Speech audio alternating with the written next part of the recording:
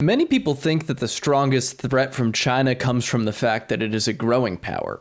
However, in history, when we've seen nations lash out and cause major problems on the world stage, they've almost always been nations who have come to the height of their power and recognize that if they don't act soon, they're not going to be able to act at all.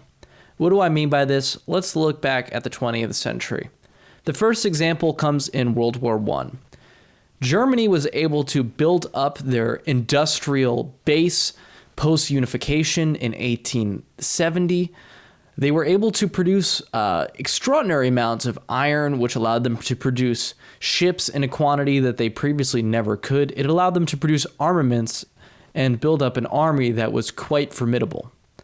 And they, for a short period of time, had some of the best military assets in Europe. But the other European powers recognized this.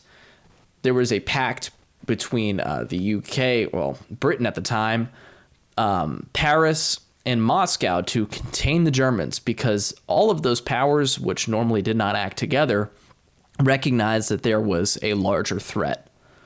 And so Germany, knowing that they had to act soon before all of those powers, Britain putting together a large navy, and Russia putting together a ridiculously large army, made it so that they could not come to military power. So what did Germany do? Well, they knew that their closest ally, Austria-Hungary, was weak, and they waited for an act of political instability, and they capitalized on that act and launched Europe into what became the First World War, because they knew that they had a closing window of time before their enemies were able to become strong enough that they had a shot of winning domination of Europe.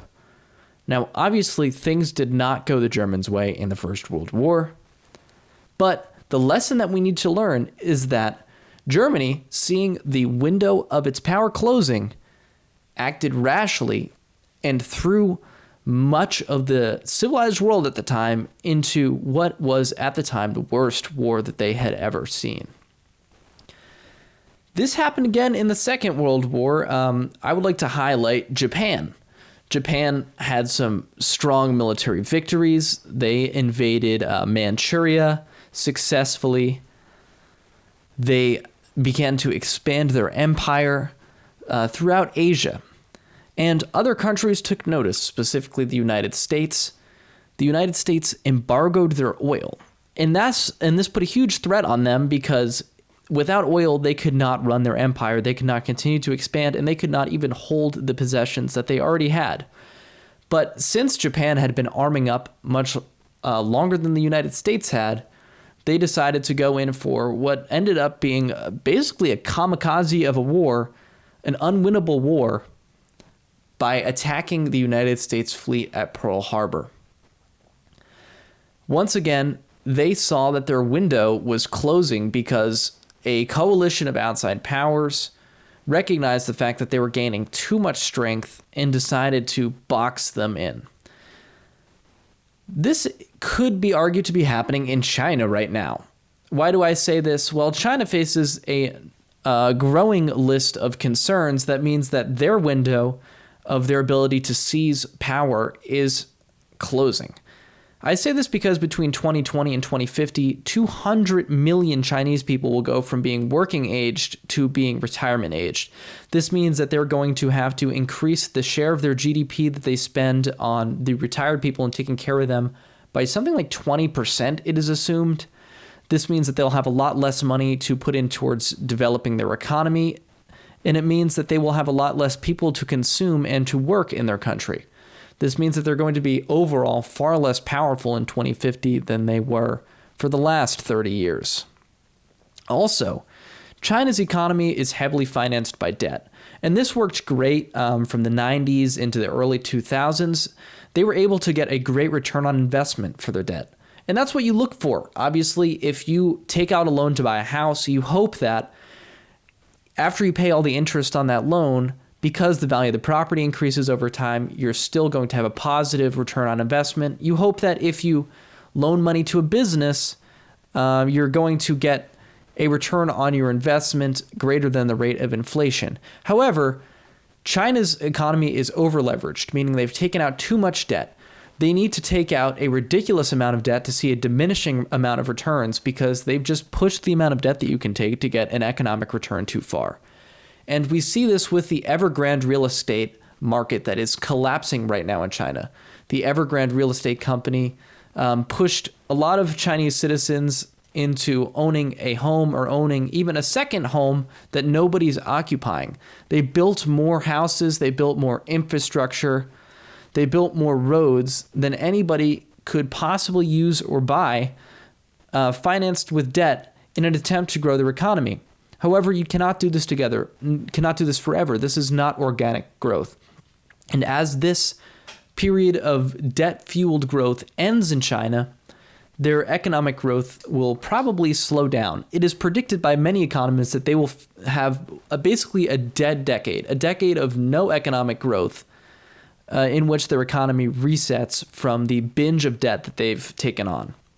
And this comes at a time where much of the external world has recognized that China is a threat, whether this is Australia, Japan, India, the United States, or even Taiwan, all arming up and joining hands because they recognize that China is a threat.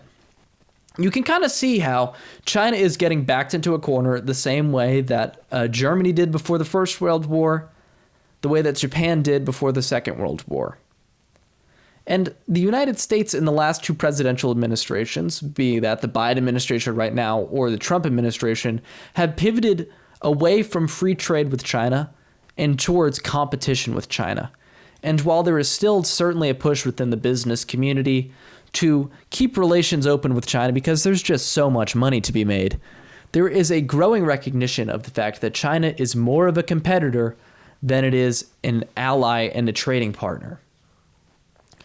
So, with all of these factors coming together, China is backed into a corner. What will they do? Obviously, we can only know this in history. We can only know this with the passage of time. However, China is like a dog that has been beaten, kicked, and it's in a corner. This dog might not normally bite you. However, it's threatened, and the odds of it attacking are raised. This is why it looks like in the next 10 years, before the militaries that have recognized China as a threat, our military being one of them, are able to retool, they will attack Taiwan. Xi Jinping has announced his intention to do this, and he's been sending larger and larger sorties of planes over Taiwan. It looks as though they will take Taiwan in the next 10 years because they realize that they won't be able to if they wait longer than that. And what could this mean? Well, if you look at the German expansion, that obviously led to the First World War. If you look at Japan feeling threatened, that led to the United States involvement in the Second World War. And if China were to try to take Taiwan, rope Japan in, rope Australia in, rope America in, that could very easily end up with a Third World War, which could have devastating consequences. So we all need to be aware of the fact that we are treading on thin ice, that China feels threatened, and that our diplomats and our military leaders need to do what they can to avoid this conflict going hot, but that we also need to prepare as a nation for the eventuality that China chooses to use military force because the regime feels threatened. I will keep you updated on relevant China news on this channel. If you're interested, please subscribe. Thank you for watching.